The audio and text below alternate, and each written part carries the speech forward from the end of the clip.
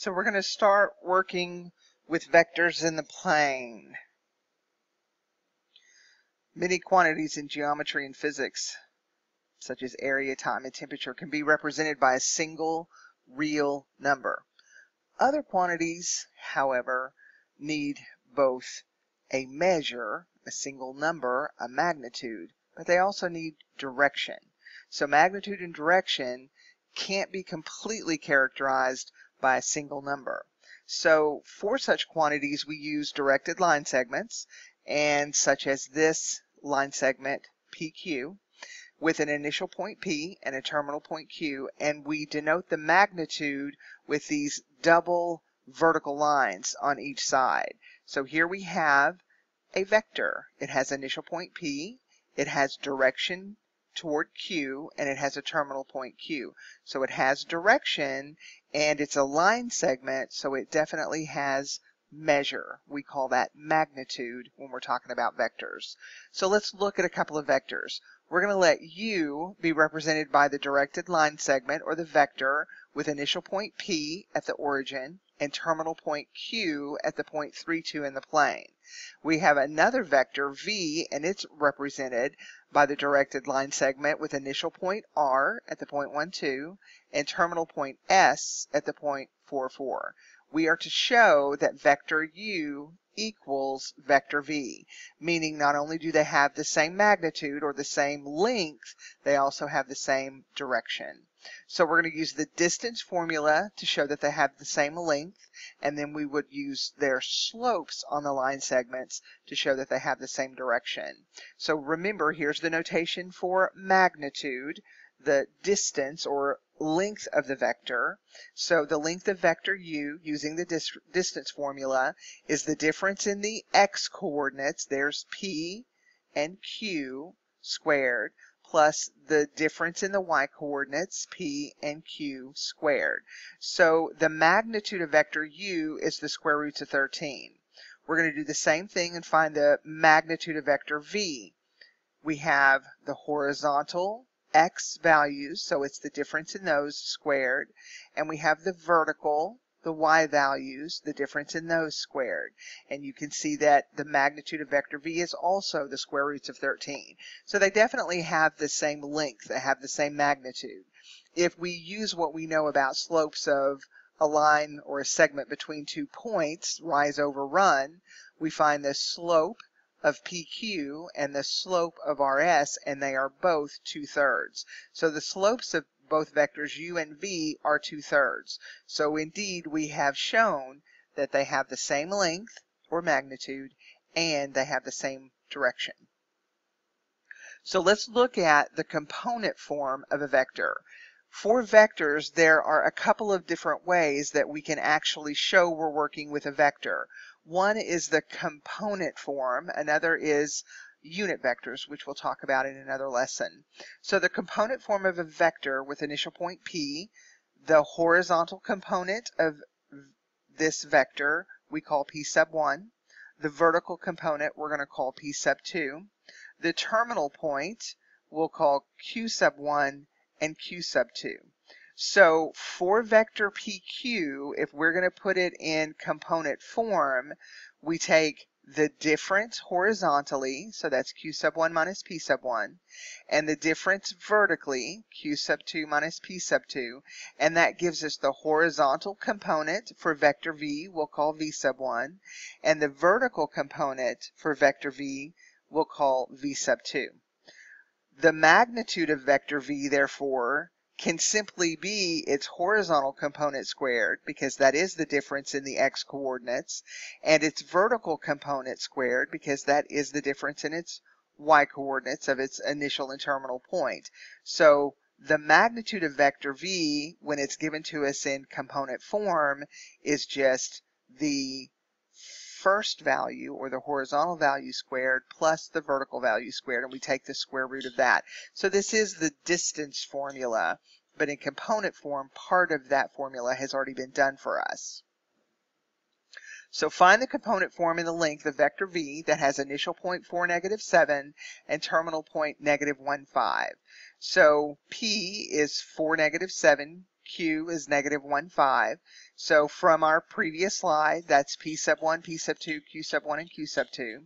If we want the horizontal component v sub 1, it's the difference in those x values. So that's where we get negative 5. And if we want v sub 2, the vertical component, that's the difference in the y values. So that's where we get 12. So the component form for vector v is negative 5, 12.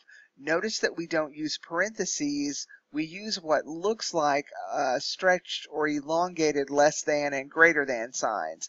But that is vector notation for components form vectors. And the length, again, we're going to find the magnitude of vector v using the take on the distance formula. It's the horizontal component of our vector squared plus the vertical component of our vector squared. And so the length or magnitude of vector v is 13.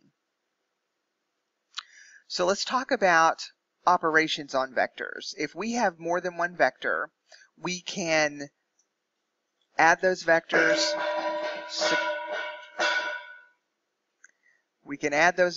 subtract those vectors. If we have one vector, we can also multiply the vertical and horizontal components of that vector.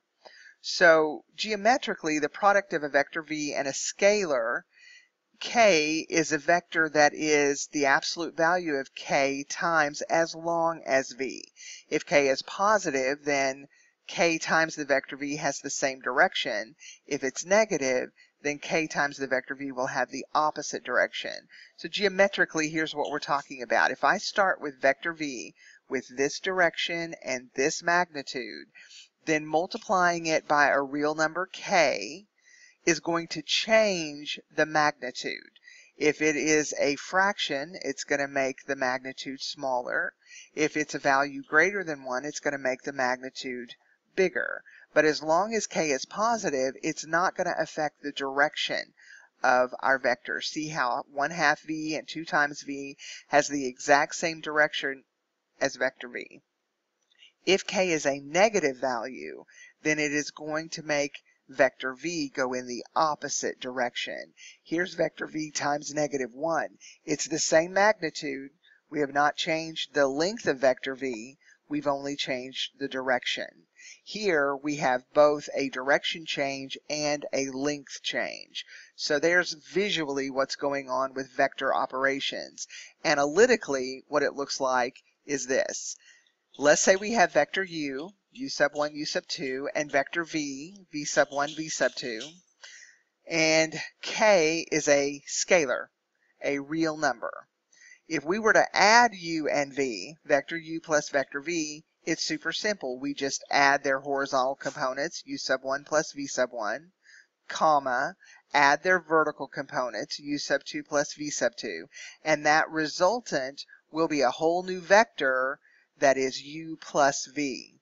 We can subtract vectors. U minus v intuitively is correct. You take the horizontal component of the first vector listed minus the horizontal component of the second vector listed, and that will be the horizontal component for this new vector u minus v. And accordingly, u sub 2 minus v sub 2 will be the vertical component of this new vector. Scalar multiplication is k times both components of the vector. If I have vector u, which is u sub 1 times, u sub 1 comma u sub 2, I can have k times the vector u, and I'm going to distribute that k over horizontal and vertical pieces of the vector u. So it would be k times the horizontal, comma, k times the vertical. Vectors are really easy to work with mathematically. So here's vector addition. U plus v is equal to v plus u. So vector addition is commutative. We can add vectors and then add another vector to it, and the order in which we do that doesn't matter. It just means multiple vector addition is still commutative.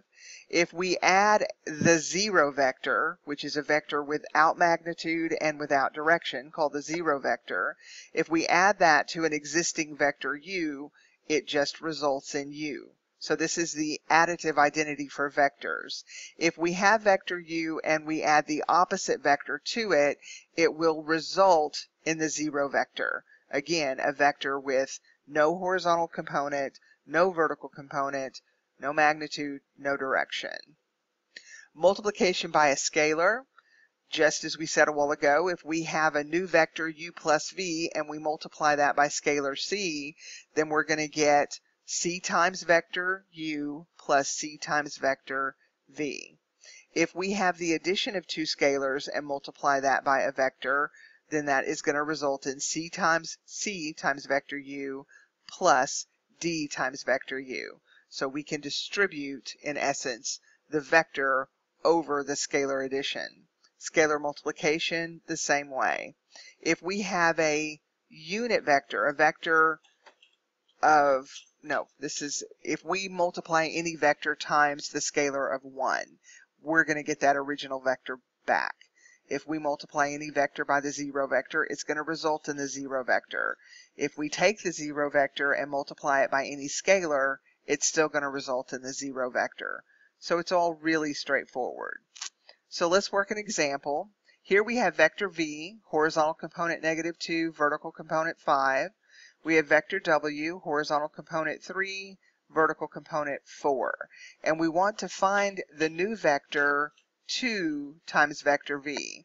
So just like we said before, whatever scalar we have, we multiply it by each component in the vector, in the original vector given. So 2 times -2 is -4, 2 times 5 is 10. So we have a whole new vector that has the same direction. There was no negative here. We didn't change direction, but we did change the magnitude of vector v.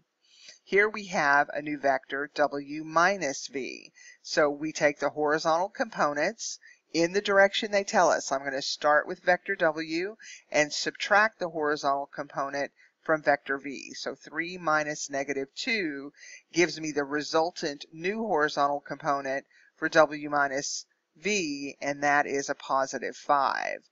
Here we're going to do the same thing with a vertical component. We start with w, so that's 4. We subtract the vertical component from v, that's 5. 4 minus 5 is -1. So here is the new vector that results from w minus v. Here is geometrically what they look like in the plane, but we're going to, for right now, just be concerned with analytically how we find those resultant or new vectors. So there's an introduction into vectors, horizontal components, vertical components, operations on those simple vectors, and scalar multiplication. So come to class next time and we'll practice these on vectors.